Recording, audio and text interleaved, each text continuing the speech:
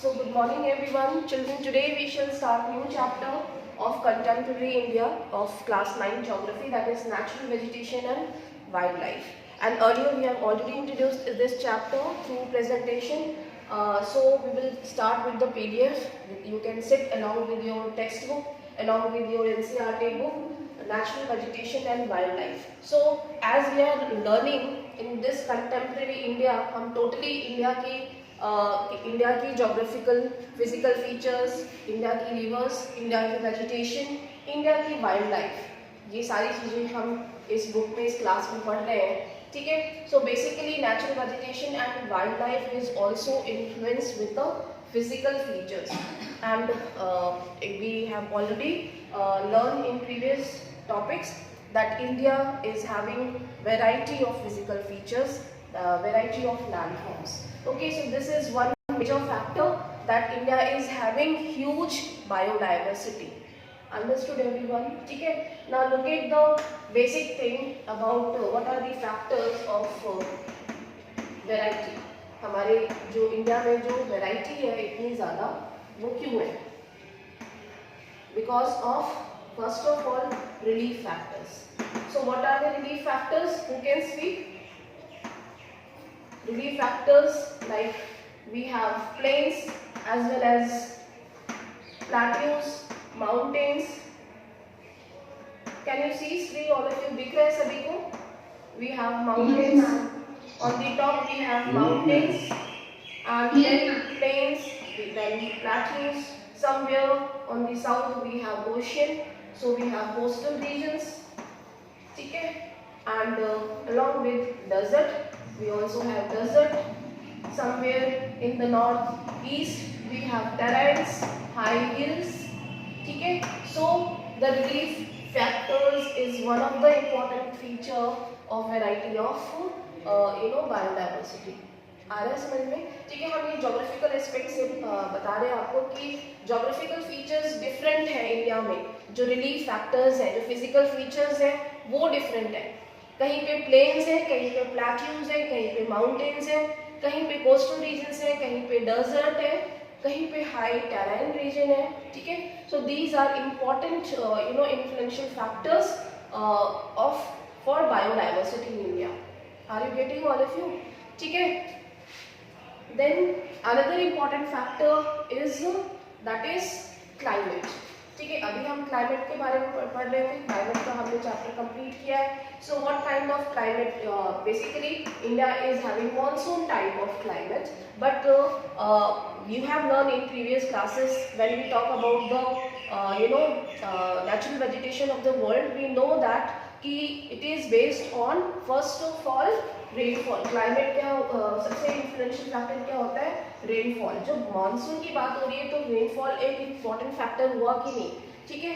तो रेनफॉल सबसे important factor हो गया.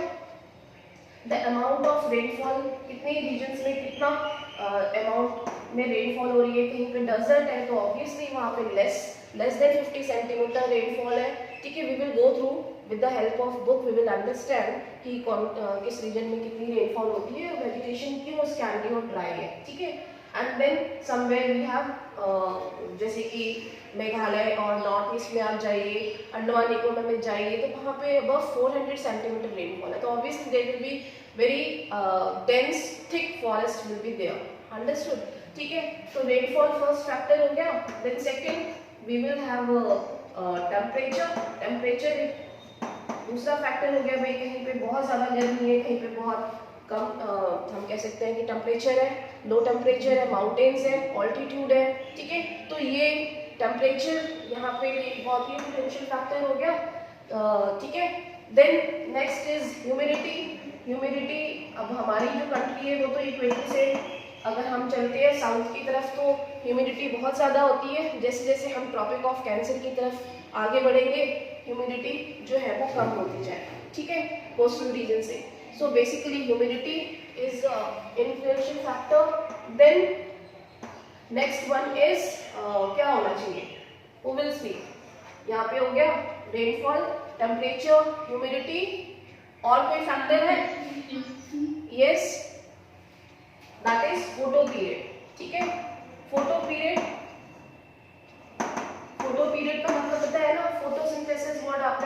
साइंस पढ़ा हुआ है ना? So amount of sunlight received on that particular place, कहाँ पे कितनी अमाउंट में जो है वो सनरेज जो है वो रिसीव हो रही है, ये भी बहुत इंपॉर्टेंट फैक्टर है, ठीक है? तो ये हो गया climatic influential factors. Apart from this, there will be some more factors like latitude. ठीक है? लैटिट्यूड हमने क्लाइमेट में पढ़ा था। यहाँ पे लैटिट्यूड के अकॉर्डिंग जो लैटिट्यूड है, इसके अकॉर्डिंग जो डिवीजन है, we have already learned that there are some zones that is torrid, which is when we will go from equator above and then below. This is called torrid zone. तो torrid zone will have high temperature, ठीक है? सो यहाँ पे जो है उसी के according rainfall ज़्यादा होगी, टेम्परेचर ज़्यादा होगा, फोटो पीरियड ज़्यादा होगा, ह्यूमिडिटी भी ज़्यादा होगी, ठीक है? सो latitude is another important factor. Then we have temperate zone. Temperate जहाँ पे कि mild temperature होगा, obviously there will be different variations of vegetation found. Okay, वहाँ पे different vegetation होगी, and then we will have freezing zone. तो freezing zone में क्या vegetation होगी? Basically टुंड्रा vegetation होगी या कॉनिफरस, धीरे-धीरे जो है वो चेंज हो जाएगी। जैसे आप ऊपर जाते जाते हैं लैटिट्यूड की तरफ बढ़ते हैं, वैसे वैसे वेजिटेशन, टुंड्रा वेजिटेशन चेंज होती जाती है, ठीक है? फिर देन बिल्कुल ही फ्रीज जोन में आप चले जाते हैं जहाँ पे कि नो वेजिटेशन होगी। आगे समझ में, ठीक है? Then the last factor is altitude. Altitude का क्या रिलेशन है? Altitude का रिलेशन क्या है? जैसे कि माउंटेन्स, आप माउंटेन्स पे जाते हैं, आपने देखा यहाँ पे हम केस स्टडी पढ़ेंगे चैप्टर के अकॉर्डिंग। यहाँ पे थोड़ा कोलैबोरेशन ठीक नहीं है, बट आपको समझ में आ रहा होगा मेरे ख्याल से। ऑल्टीट्यूड पे जैसे जैसे आप माउंटेन्स पे जाते हैं तो वेजिटेशन भी चेंज होती है। पहले आपको जो है वो ट्रीज दिखाई देते हैं, धीरे धीरे वो ट्रीज पाइन ट्रीज हो जाते हैं, फिर थोड़ी थोड़ी वेजिटेशन जो है वो हम कह सकते हैं माउंटेन ग्रास, लीचेंस, ग्रासलैंड्स, ठीक है? ये वैरायटी आपको ऑल्टीट्यूड फैक्टर की वजह से दिखाई देती है। Are you getting all of you? आ रहा है समझ में सभी को?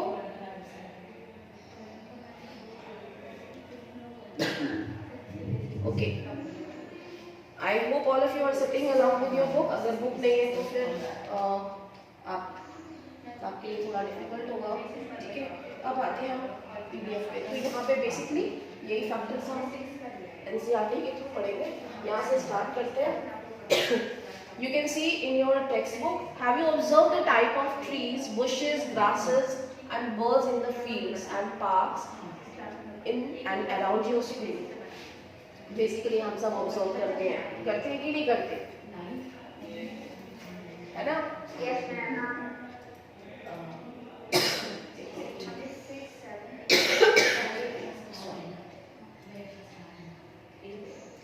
Okay, now in India, being a vast country, you can imagine the types of biofaunas throughout the country. Okay, ये NCERT तो open हो नहीं रहा है, ये अगला semester पे open हुआ है, तो I'm unable to write here. You can underline children, आप लोग underline करते जाइए, ठीक है? In our country, India is one of the 12 mega biodiversity countries of the world. Please underline this line. आप अंडरलाइन करेंगे इसको कि इंडिया जो है वो वर्ल्ड में, ठीक है, क्या पोजीशन लाई करता है। इंडिया में जो है वो 12 मेगा बायोडाइवर्सिटी कंट्रीज में इंक्लूड किया गया है, ठीक है, इंडिया को, जहाँ पे कि 47,000 plant species which is occupying 10th position in the world. World में कौन सी पोजीशन है? 10th पोजीशन है। And 4th position in Asia in plant diversity, ठीक है? India is one of the 12 mega biodiversity of the world and it is occupying 10th position in the world and 4th position in Asia. You can underline, ठीक है? आप इसको underline करेंगे where the only 47,000 plant species are found, ठीक है? Okay, now there are about 15,000 flowering plants in India, जहाँ पे कि 15,000 जो है वो सिर्फ flowering plants हैं and which account for 6% in the world's total number of flowering plants. Are you getting all of you? आया समझ में कितनी वेराइटीज हैं? Yes, ma'am. ठीक है, तो आप ये ध्यान में रखो कि इंडिया में जो है वो क्या क्या नहीं है, सब कुछ चीज़ें अवेलेबल है। ठीक है, अपने अभी हम मैप में भी देखेंगे कितने सारे नेशनल पार्क्स हैं, कितनी बोटानिकल गार्डन्स हैं। ठीक है,